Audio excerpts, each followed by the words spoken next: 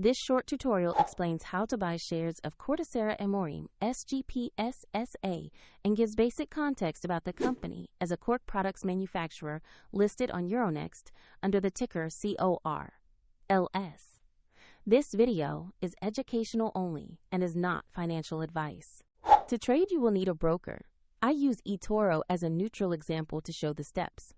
After registering, you will need to verify your account, typically by uploading an ID, and you must add funds before you can place an order.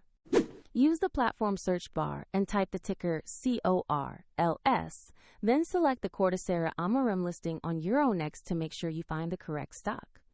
On the asset page, review the company profile, check the price chart and recent price action, and confirm the listing matches Corticeira Amorim and ticker COR.LS.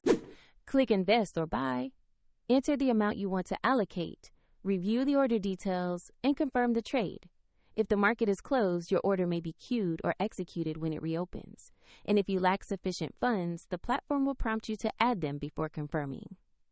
Once executed, the position will appear in your portfolio so you can monitor it. Check the description for a link to the broker if you want to explore the platform.